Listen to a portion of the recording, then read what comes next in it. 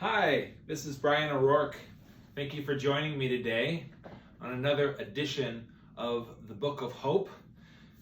I've gotten into the regular practice of reading some of the submissions to the Book of Hope, and today I have two that I'd like to read to you. I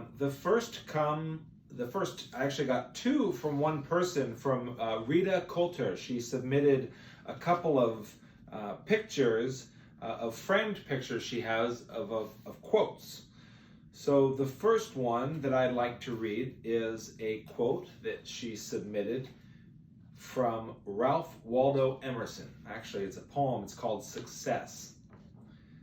To laugh often and much, to win the respect of intelligent people and affection of children, to earn the appreciation of honest critics and endure the betrayal of false friends, to appreciate beauty, to find the best in others, to leave the world a bit better, whether by a healthy child, a garden patch, or a redeemed social condition, to know even one life has breathed easier because you have lived.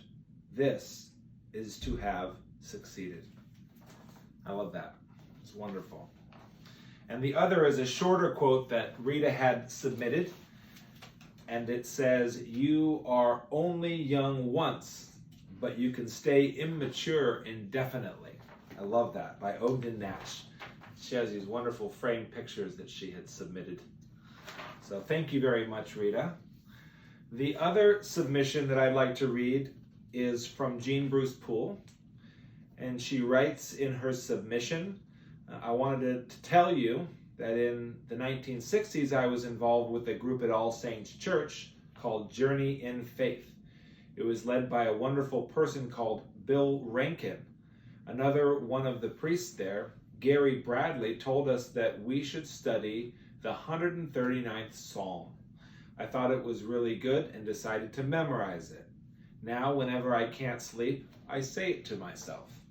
So I thought I would read the rest of Jean's Psalm 139 that she's written down, that she's memorized. O Lord, thou hast searched me out and known me. Thou knowest my downsitting and mine uprising. Thou understandest my thoughts long before. Thou art about my path and about my bed, and art acquainted with all my ways. For lo, there is not a word in my tongue, but thou, O Lord, knowest it altogether. Thou hast beset me behind and before, and laid thine hand upon me. Such knowledge is too wonderful and excellent for me, I can attain unto it. Whither shall I go then from thy spirit? Or whither shall I go then from thy presence? If I climb up to heaven, thou art there. If I go down to hell, thou art there also. If I take the wings of the morning and remain in the uttermost parts of the sea, even there also shall thy hand lead me, and thy right hand shall hold me. If I say, peradventure the darkness shall cover me, then shall my night be turned to day. Yea, the darkness is no darkness with thee, but the night is as clear as day. The darkness and light to thee are both alike. Thank you, Jean, for submitting that to the Book of Hope. And I've really enjoyed reading these submissions to the Book of Hope. If you have more submissions, please feel free to send them to me via email or drop them off, and then I'll continue offering these readings every few weeks. And I just wanted to again check in with you as a community. Through the weeks, we've discussed the challenges that we've faced through these months, and I think that we're facing our current challenge, which is this adventure into a lot of the restrictions that are slowly loosening, and this sort of sense of what's next as we loosen restrictions and try to find out what's right as we move forward. And there can be some anxiety and there can be some concern. And again, I want to invite you into the Living Together program that has begun this week. We started by having some conversations with Dr. Tiffany Chow, Pat Tom's daughter, and Susan Brown from ECS, who runs the By Your Side program.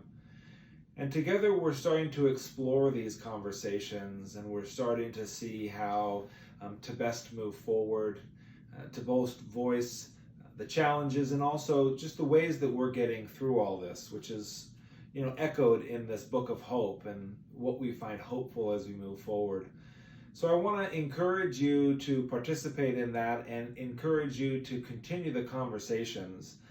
This is one of those situations with the COVID-19 pandemic that no one's ever really experienced at this level. There might have been other viruses and outbreaks that have caused us great concern that have been contained, but not on this global scale, as we know.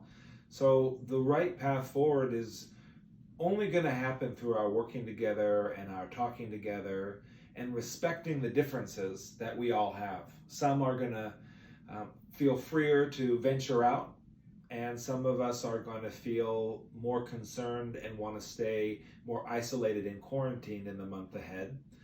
And so in those months ahead, just want us to really honor each other wherever we're at. It's not about being right or wrong. It's about being patient. It's about being kind. It's about being supportive through this process. And it's about respect. It's about our respecting each other's differences, no matter what they may be in the process. And so we'll talk more about that in the weeks to come, but I thought I'd just invite you into that conversation as well. If you have any questions about that, feel free to give me a call or send me an email, and I look forward to hearing from you soon. I wish you the best the rest of your day and the rest of the week, and I'll see you soon. Bye-bye.